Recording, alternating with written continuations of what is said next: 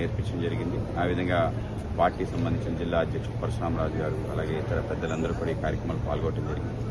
ఈ కార్యక్రమం ప్రపంచవ్యాప్తంగా ఈరోజు చేసే విధంగా జూన్ 21వ తారీఖుని మన ప్రియతమ ప్రధాని నరేంద్ర మోడీ గారు నిర్ణయించారు.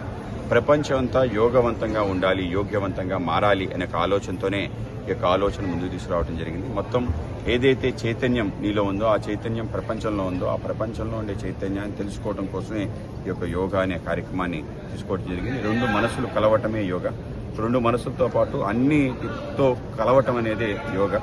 కనుక ఈ యొక్క యోగా యొక్క పరమార్థాన్ని తెలుసుకోవాలి. కేవలం శారీరకమైన అంశంగా ఆలోచన చేయకుండా ఈ యొక్క బౌద్ధిక అలాగే చుట్టూ సమస్త ప్రకృతి కోసం కూడా ఆలోచన చేసే ఒక వ్యవస్థ నీలో నిర్మాణం కావాలి. అటువంటి ఒక సమన్వయ సమదృష్టి నీలో కలిగితే ప్రపంచంలో ఏ సమస్య ఉండదు అనే ఒక ఆలోచన. కనుకనే మన భారతదేశం ప్రపంచానికి వసుదైవ కుటుంబకం ఉంటుంది.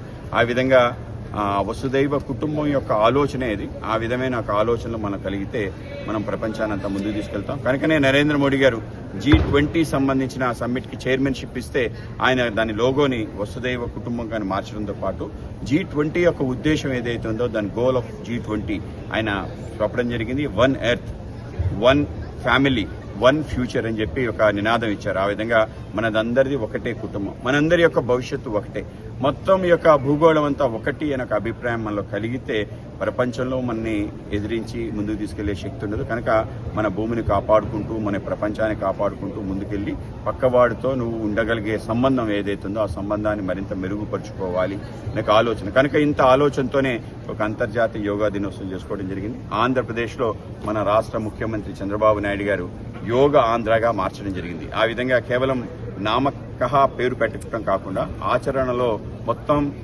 చిట్ట చివరి గ్రామం వరకు యోగాని తీసుకెళ్లడం జరిగింది. అన్ని గ్రామ సచివాలయాల్లో కూడా యోగా దినోత్సవం చేసుకోవటం. అలాగే ఇవాళ బాబా రామ్దేవ్ గారిని ప్రత్యేకంగా పిలిచి ఆయన్ని ఆధ్వర్యంలో 25,000 మందితో విజయవాడలో పెద్ద ఎత్తున మనం యోగా కార్యక్రమాన్ని చేసుకున్నాం. ఆ విధంగానే ప్రతి మారుమూల గ్రామంలో కూడా నిత్యం యోగా చేయాలని ఒక సంకల్పంతో మన ప్రధానమంత్రి అలాగే రాష్ట్ర ముఖ్యమంత్రి గారు ఆలోచన చేసి దాన్ని తీసుకొచ్చే పెద్ద ఎత్తున ప్రయత్నం చేస్తారు. మనందరం కూడా తప్పనిసరిగా యోగా మన జీవితంలో ఒక భాగస్వామ్యం చేసుకుని ముందుకెళ్లాలి. మనందరం కూడా మన జీవితాన్ని మరింతగా మెరుగుదిద్దుకోవడంతో పాటు మరింతగా మనం అనేక రకాల ఫలితాలు పొందడానికి యోగా ఉపయోగపడుతుంది. కనుక అటువంటి ఒక అద్భుతమైన ప్రక్రియ భారతదేశం ప్రపంచానికి అందించిన అమృత భండం. కనుక ప్రపంచంలో దీని ప్రాపర్టీ రైట్స్ కానీ ఇంటలెక్చువల్ రైట్స్ తీసుకోకుండా అందరికీ అందించాం. కనుక అందరూ కూడా ఈ జ్ఞానాన్ని అందుకుని ముందుకెళ్లాలి. ఆ విధంగా సమస్త మానవాళి యొక్క సుఖం సౌఖ్యం కోరుకునేదే భారతదేశం. కనుక భారతదేశం ప్రపంచానికి పరిచయం యోగా ద్వారా చేయాలి అని చెప్పే ఆలోచనతోనే నరేంద్ర మోడీ గారి యొక్క అంతర్జాతీయ యోగా దినోత్సవం పెట్టారు. కనుక ప్రతి భారతీయుడు తప్పనిసరిగా గర్వించి మనం రోజు అనుసరించాల్సిన అంశం.